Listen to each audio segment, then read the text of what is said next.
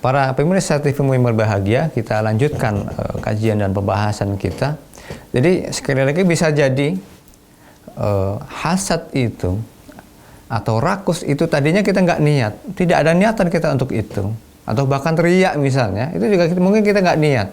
Tapi ketika setan meniupkan itu kepada kita, maka yang tadinya kita tidak niat itu jadi kita lakukan.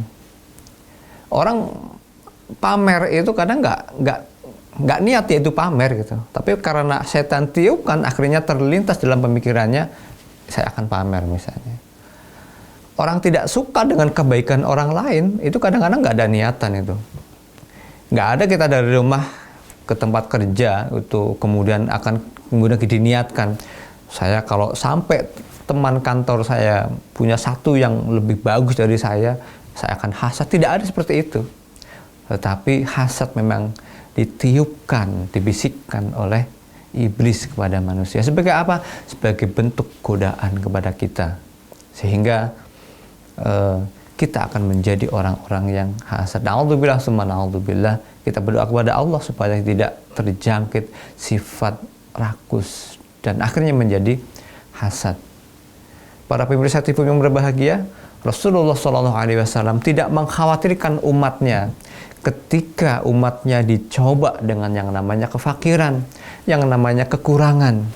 Tetapi Rasulullah SAW sangat-sangat mewaspadai ketika umat Islam sudah mulai diberikan kekayaan, diberikan pangkat, diberikan kekuasaan. Karena ketika itu semuanya ada, maka sifat hasad ini akan dengan mudah bisa menjadi kendaraan setan untuk menggoda manusia. Makanya sekali lagi Rasulullah tidak khawatir dengan kita yang digoda dengan kemelaratan misalnya, digoda dengan kekurangan. Tetapi ketika kita digoda dengan kekayaan misalnya, kita digoda dengan kecintaan kepada dunia, itu yang Rasulullah khawatirkan kepada kita. Para pemirsa yang berbahagia, dosa yang tergolong tua yang ketiga itu adalah sifat iri dan dengki. Ceritanya adalah ketika salah satu anak Nabi Adam alaihissalam dan Siti Hawa, yaitu Qabil dan Habil.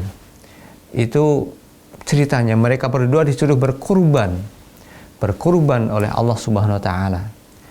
Kemudian Qabil berkorban dengan makanan-makanan, buah-buahan ala kadarnya. Namanya ala kadarnya ya, dia tidak pilih-pilih buah bagus, buah jelek, buah biasa, dia kumpulkan jadi satu, ditaruh di tempat yang sudah ditentukan. Tujuannya adalah untuk berkorban. Korban berasal dari kata qarraba, mendekat. Artinya mendekatkan diri kepada Allah dengan cara memberikan, mengeluarkan apa yang disayangi. Nah, beribadah dengan cara yang biasa dilakukan oleh Qabil. Nah, tetapi lain dengan Habil. Habil berkorban dengan kambing gibas yang besar, yang sehat, yang bagus. Dan singkat cerita, para pemirsa sekalian, ternyata Allah Subhanahu wa taala menerima korbannya Habil. Nah, sehingga Habil mendapatkan jodoh yaitu Iklimah, dan Qabil mendapatkan jodohnya yaitu Labuda. Nah, korbannya Habil yang diterima Allah Subhanahu wa taala itu ternyata menjadikan Qabil itu iri dan akhirnya menjadi dengki. Nah, iri dan dengki ini adalah merupakan juga dosa yang tertua, di mana yang dilakukan oleh Qabil kepada Habil adalah sampai kepada tahap perbuatan yang luar biasa. Qabil membunuh Habil. Kenapa? Karena korbannya Habil diterima Allah. Padahal kita lihat, kita semuanya mengetahui Habil berkorban dengan sesuatu yang terbaik menurutnya, dan Qabil berkorban dengan apa adanya. Orang berkorban dengan apa adanya tapi mengharapkan yang luar biasa, ya sekali lagi pantas apa tidak? Ketika kita mempersembahkan sesuatu kepada Allah yang biasa saja tetapi berharap balasan yang luar biasa. Allah Subhanahu wa taala berfirman, A'udzubillahi minasyaitonirrajim. Lan tanalul birra hatta tunfiqu mimma tuhibbun. Lan tanalul birra, engkau tidak akan dianggap berbuat baik hatta tunfiqu ma tuhibbun, sampai engkau menginfakkan ma tuhibbun, apa yang masih kau cintai. Jadi Allah Subhanahu wa taala berfirman seperti itu. Sampai pada tahapan kita tidak dianggap berbuat baik sampai kita itu bisa mengeluarkan, menginfakkan apa yang masih kita cintai. Kalau kita berinfak dengan apa yang sudah tidak kita cintai, dengan yang biasa-biasa saja misalnya, ya itu biasa, itu tidak ada yang istimewa. Tapi bagaimana ketika kita bisa mengeluarkan, menginfakkan sesuatu yang masih kita cintai, ya mungkin berat, tetapi ketika itu tetap kita lakukan, maka insya Allah Allah akan memberikan balasan yang berlipat ganda. Ketika Nabi Ibrahim disuruh untuk menyembelih Ismail putranya, apakah itu tidak berat, hadirin sekalian? Berat sekali pemirsa sekalian, berat sekali bagi Nabi Ibrahim alaihissalam untuk menyembelih putranya Ismail alaihissalam.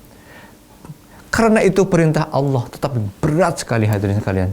Karena beratnya, maka Nabi Ibrahim alaihissalam menyembelih putranya itu dengan memejamkan matanya. Kenapa? Karena memang luar biasa berat sekali. Di luar skenario bahwa akhirnya karena keikhlasan dua orang soleh tersebut, di mana nanti keturunannya juga akan menjadi keturunan orang-orang yang soleh, maka Allah ganti Nabi Ismail alaihissalam itu dengan kambing gibas yang merupakan kambing dari pengkorbanan Habil ketika sedang diminta oleh Allah Subhanahu wa taala. Jadi skenario apapun itu adalah Allah yang Maha tahu. Dan ketika kita berkorban, menginfakkan dengan sesuatu yang masih kita cintai, insya Allah Allah akan memberikan balasan yang berlipat ganda kepada kita.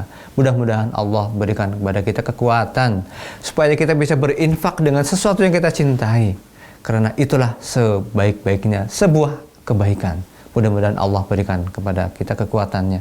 Amin ya rabbal alamin. Hadanallahu wa iyyakum ajma'in. Nasrun minallahi wa fathun qarib. Wa basyiril mu'minin. Assalamualaikum warahmatullahi wabarakatuh.